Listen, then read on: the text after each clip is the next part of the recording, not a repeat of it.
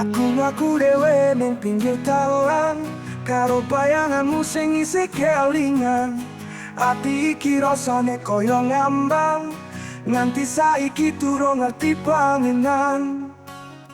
Ngombe kopi pahit ning rasa luwih pahit, kowe ninggal aku ning atiku tetep ngitip. Katresnan koyo mimpi, turu ora tenang, ati tutu mananging kok tansah kepenang.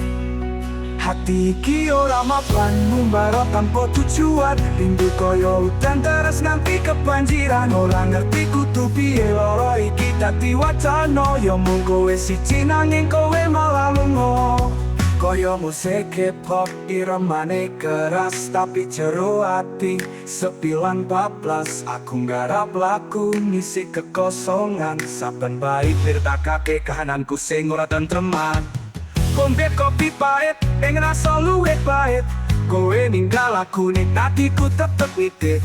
Katresnan koyo mimpi, buru ora tenang, ati tutu mananging kok tansah kepenang. Ngombe kopi pahit ning rasa luwih pahit, kowe ninggal aku ning atiku tetep ngitip.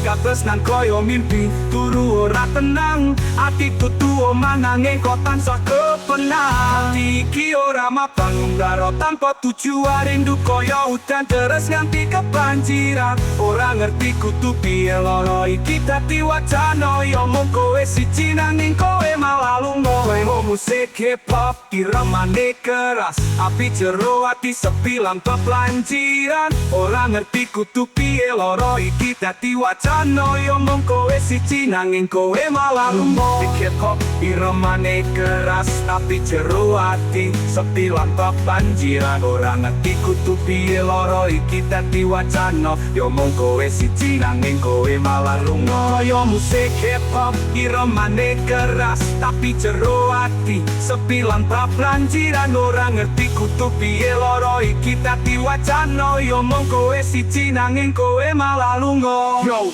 aku tutu raja, mung rakyat biasa, nanging tresnoku ora bisa diganggu gap masa. Nganti kapan kudu tak pendem rasa, nganti atiku nemu pelabuhan kang bisa nerimo. Nek saiki tak tinggal, ojo balik meneng, tresno iki wis lakoni pertemuan sing peteng. Hati ora mapan nanging aku tetep urip, nulis kisah anyar karo beat sing tetep ngrip.